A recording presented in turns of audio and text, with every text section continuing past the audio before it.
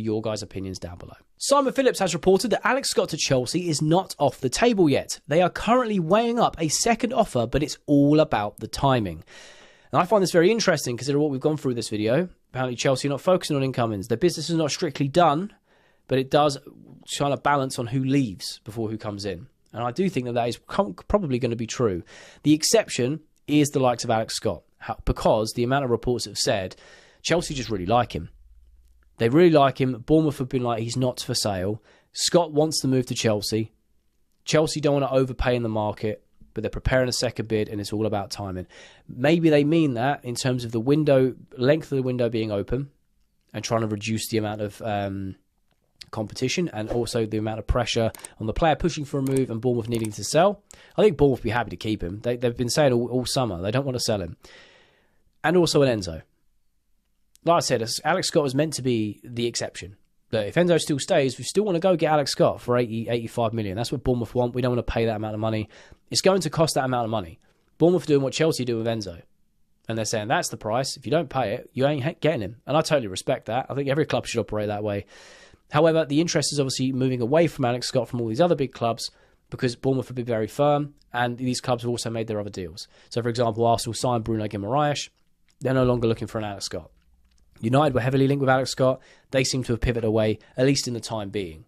So it will be interesting with Alex Scott. I think he's a hell of a player. I think he's got a lot of attributes, very different to an Adam Wharton. Very interesting to pivot with Caicedo. Be very interested to see how that works. And look, if we still manage to keep Enzo and get an Alex Scott, that would be a very frightening midfield. Very frightening midfield. I'd be very interested to know how Alonso's going to fit all those players in consistently. So I'd be all over this. I really, really would. However, we might not go for Scott right now unless we do one of those sort of deals where we pay the money in installments and it's like a buy now, get the player later type deal with like an Emmanuel Omega, a window shuts. We sign him now, he comes to us next year. And maybe, again, that does all depend on the Enzo Fernandez stuff. Also, our finances. We are focusing on outgoings, and we should be. We've got to raise a lot of capital. We've got to get rid of a lot of players to the squad, really slim it down for Alonso. Unless Alonso, because he has been fully backed this window, is really pushing for Alex Scott and saying, we need this player, then maybe things change a little bit. But again, we're still going to have to offload a lot of players to make this make sense. Because when you've got those midfield options and the players that are still here with question marks, people that haven't gone yet, who are trying to be pushed out the door, the fitness of the likes of Lavia, etc., with question marks too. I don't want to take the risk on Lavia and say, well, let's just hope he stays fit, because if he gets injured 3 weeks in, touch wood he doesn't, all of a sudden we've got a player down and we're out of the market at that point. We can't buy anyone till at least the winter window. So I don't personally think that is worth a risk worth taking. Based on Lavia's Chelsea history. I'm not saying he's not going to go through the season unharmed, because hopefully he goes through the season and he stays fully fit. Completely transforms on midfield if he does that. I think he really does. But, hey, who knows? So it seems like Chelsea are preparing to weigh up a second offer, but it's all about the timing.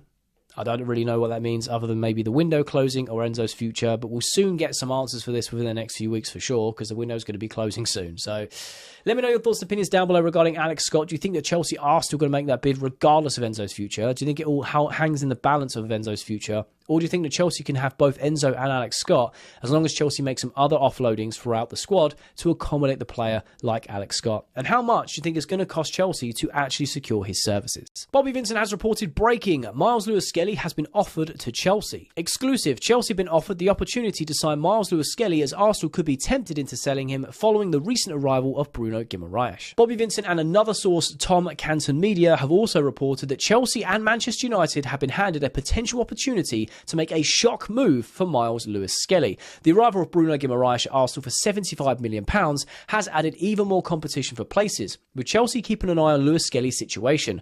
Arsenal do not want to sell the 19-year-old, although it has previously been reported an offer around £60 million could tempt them into a deal. Now, I find this exceptionally interesting.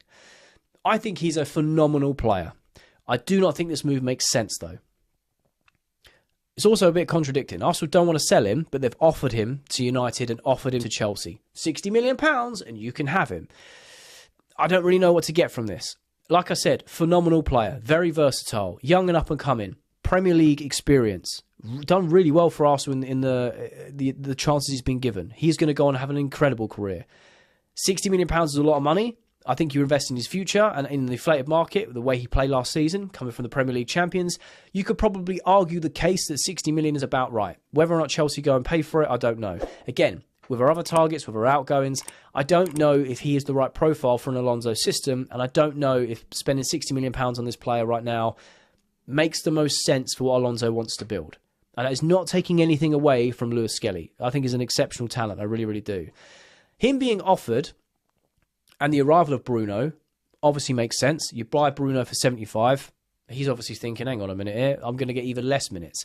I do believe, and please quote me if I'm wrong, because I'm not an Arsenal fan, I don't know the inner workings of their club, but I'm pretty sure they got him to sign an extension recently to keep him there, maybe pay him a little bit more, maybe extend his contract a little bit. I don't know, maybe that's bumped the price up even more of what he's worth. Who really knows? Sometimes clubs do that. So I don't really know. For me, this... He suits the Premier League, though. Do you know what I mean? I'm surprised if he is up for sale, I'm surprised that there ain't a Premier League club that would want to take him. Look, Inter Milan are a massive football club, so fair play to him if he makes that move, and he deserves to be playing at a decent football club. I just don't know. With Spurs this season, you were absolutely right with De Zerbi. Gets the keys to make the final decisions, and we've put a really good team together. But we've still got a long way to go. There's a lot to do at Spurs. You know, the front three is okay. We still need a few more. We need to get Kulusevski and Kudus back. The centre-forward position, I'm not convinced with. So, look, there's work to be done. Creo que hace ya muchos años que el fútbol español está al máximo nivel, sea jugadores, sea la selección, sea entrenadores. Creo que es algo que nos tiene que hacer sentir orgullosos y con este segundo mundial, esta segunda estrella, espero que sea el inicio de muchos más triunfos para la selección y para el fútbol español. Good evening, and thanks for joining us. There's a genuine buzz building around Stamford Bridge tonight, and it centers on two names that have been quietly circulating in boardroom conversations for weeks: Alex Scott and Miles Lewis-Skelly. Let's start with the structural picture. Chelsea's recruitment team has flagged central midfield and left-sided defensive depth as priority areas for this window, and both of these targets fit that profile on paper. Sources close to the club's data department describe Lewis-Skelly as a player whose underlying numbers, progressive carries, defensive duels won, positional versatility, line up with exactly what Chelsea's model is built to identify. On the financial side, we're hearing a package in the region of £60 million is being prepared, structured with a modest guaranteed fee and performance-related add-ons tied to appearances and continental qualification. That structuring detail matters. It tells you this isn't a reckless splash, it's a calculated move designed to protect Chelsea's financial fair play position while still making a competitive statement to a selling club that knows exactly what it has.